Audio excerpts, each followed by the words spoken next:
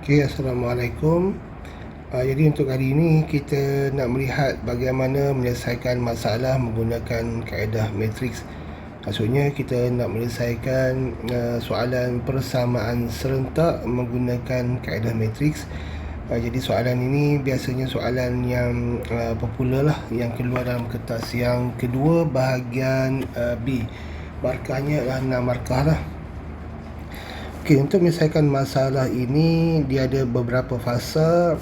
Fasa yang pertama, pelajar perlu menulis dalam persamaan linear lah, persamaan serentak. Kita tengok soalan dia. Satu kejohanan maraton mempunyai 120 orang peserta. Jadi peserta ini adalah peserta lelaki dan juga perempuan. Kita katakanlah lelaki adalah Y dan perempuan adalah X. Maka persamaan yang pertama, X tambah dengan Y sama dengan 128 orang. Jadi X itu merupakan bilangan peserta perempuan, manakala Y merupakan peserta lelaki. Jumlah peserta lelaki dan perempuan adalah seramai 128 orang. Okey, jadi kita tengok kepada ayat yang kedua. Bilangan peserta lelaki ialah 16 orang kurang daripada 2 kali bilangan peserta perempuan. Maksudnya sekarang ini 2 kali peserta perempuan, kalau kita tolak dengan peserta lelaki, akan menghasilkan 16 peserta. Jadi kalau bilangan peserta lelaki tambah dengan 16 orang, 16 peserta, maka dia akan sama dengan jumlah 2 kali peserta perempuan. Okey, jadi di sini kita dah lepas fasa yang pertama, iaitu membentuk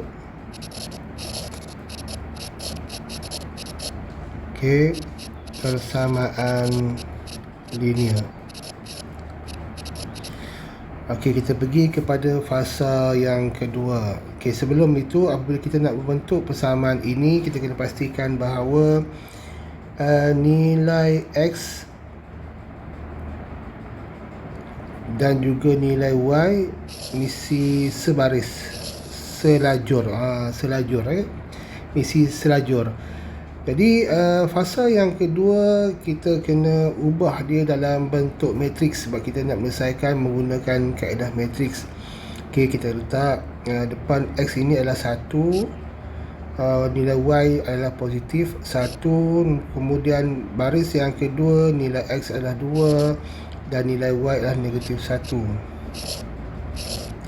Kemudian lajur yang pertama adalah nilai X, kita letak nilai X, dan lajur yang kedua adalah nilai Y. Kemudian nilai jumlah keseluruhan 1, 2, 8 dan 16. di sini diberi 1 markah. Di sini diberi ada kalanya diberikan 1 markah dan ada kalanya diberikan 2 markah. Andaikan di sini kita beri 2 markah. Fasa yang seterusnya, kita nak menyelesaikan masalah, nak mencari nilai X dan nilai Y, maka kita kena songsangkan. Jadi X, Y sama dengan, kita kena ingat bahawa nilai satunya A, B, C, D. Untuk kita nak menyelesaikan dia, kita kena cari songsangan lah. Songsangan dia bermaksud rumus dia 1 per A darab dengan D, 1 darab dengan negatif 1, wajib tolak.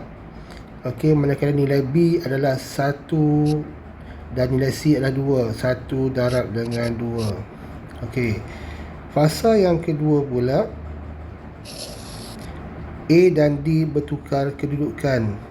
D berada di atas, maksudnya negatif 1 berada di atas, manakala A berada di tempat D, 1 di sini. B pula dia akan berubah simbol daripada positif kepada negatif, negatif 1, manakala C daripada positif 2 akan jadi negatif 2. Okey, kemudian kita salin sahaja 1, 2, 8 dan juga 16. Okey, proses seterusnya kita akan membuat pengiraan. Okey, mari kita selesaikan. Okey, sebelum tu yang ni mesti tunjuk. Kita akan tunjukkan proses penerapan di sinilah. Sekiranya tidak ditunjukkan, maka pelajar akan kehilangan 1 markah. Jadi bila kita selesaikan yang ini, kita akan dapat 1 markah. Okey, seterusnya kita selesaikan pengiraan 1 per 1 darab dengan negatif 1, kita akan dapat negatif 1 tolak 2. Okey, kemudian kita selesaikan negatif 1 darab dengan 128, kita akan dapat negatif 128 tambah dengan negatif 1 darab dengan 16, kita akan dapat negatif 16. Okey, seterusnya kita pergi kepada baris yang kedua. Negatif 2 darab dengan 128, kita akan dapat negatif 256 tambah dengan 1 darab dengan 16, kita akan dapat 16. Okey, kita cuba selesaikan. Jadi negatif 1/3. Selesaikan yang di atas, kita akan dapat negatif 144. Okey, manakala negatif 256 tambah dengan 16, kita akan dapat negatif 240. Kita selesaikan, kita akan dapat 48 dan juga 80. Okey, yang ini diberikan 1 markah sahaja sekiranya. Tetapi sekiranya pelajar sepatutnya menulis begini. Jadi nilai X adalah 48, manakala nilai Y adalah 80. Jadi pelajar akan dapat 2 markah di sini. Jadi jumlah keseluruhan pemarkahan 1, 2, 3, 4, 5, 6 markah.